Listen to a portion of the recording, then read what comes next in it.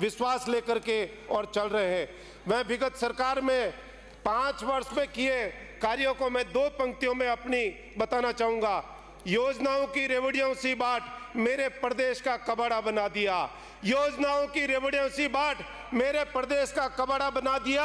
कुर्सी की उस खींचतान में मेरे प्रदेश को अखाड़ा बना दिया। बेरोजगार युवाओं और किसानों के साथ खेलने वालों, आप सभी ने मेरे प्रदेश को मिलकर नती का बड़ा बना दिया।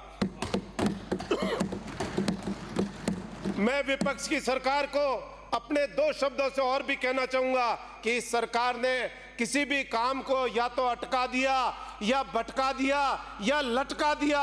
इस भावना को लेकर के उन्होंने 5 साल काम किया और जनता ने हमारे भारतीय जनता पार्टी पर विश्वास जताया और उस विश्वास के कारण आज हम भजन लाल जी की सरकार एक ठोस जो बजट लेकर आई है उसके लिए भी मैं बहुत बहुत धन्यवाद देता हूं।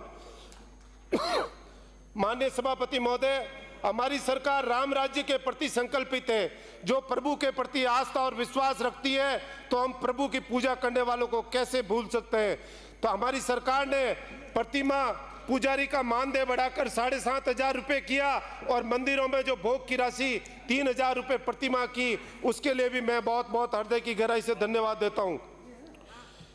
इसी के साथ जयपुर के आराध्य देव गोविंद देव जी को भी हम कैसे भूल सकते हैं, क्योंकि यह गोविंद की धरती है। और जब गोविंद देव जी के मंदिर पर गोविंद देव जी कला महोत्सव के आयोजन की घोषणा की तो उसके लिए उससे भी हमारे जयपुर नगरी का बहुत ही स्वरूप अलग से निखरेगा।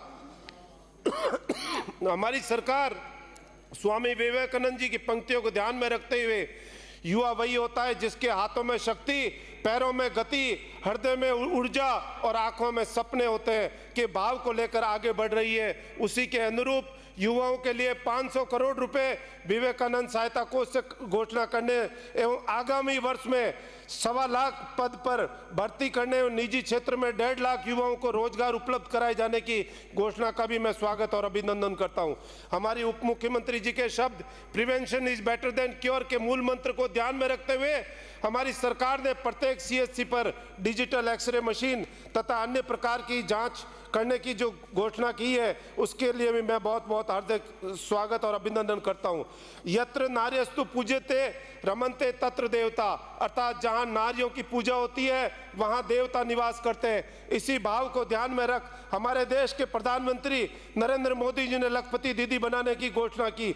उसी अनुसरण में हमारे प्रदेश में भी 20 लाख लखपति दीदी बनाने की जो घोषणा की है और महिला निधि क्रेडिट कोऑपरेटिव सोसाइटी लिमिटेड खोले जाने तथा हमारी महिलाओं को कम ब्याज दर पर जो ऋण देने की घोषणा की है उसका भी मैं स्वागत और अभिनंदन करता हूं।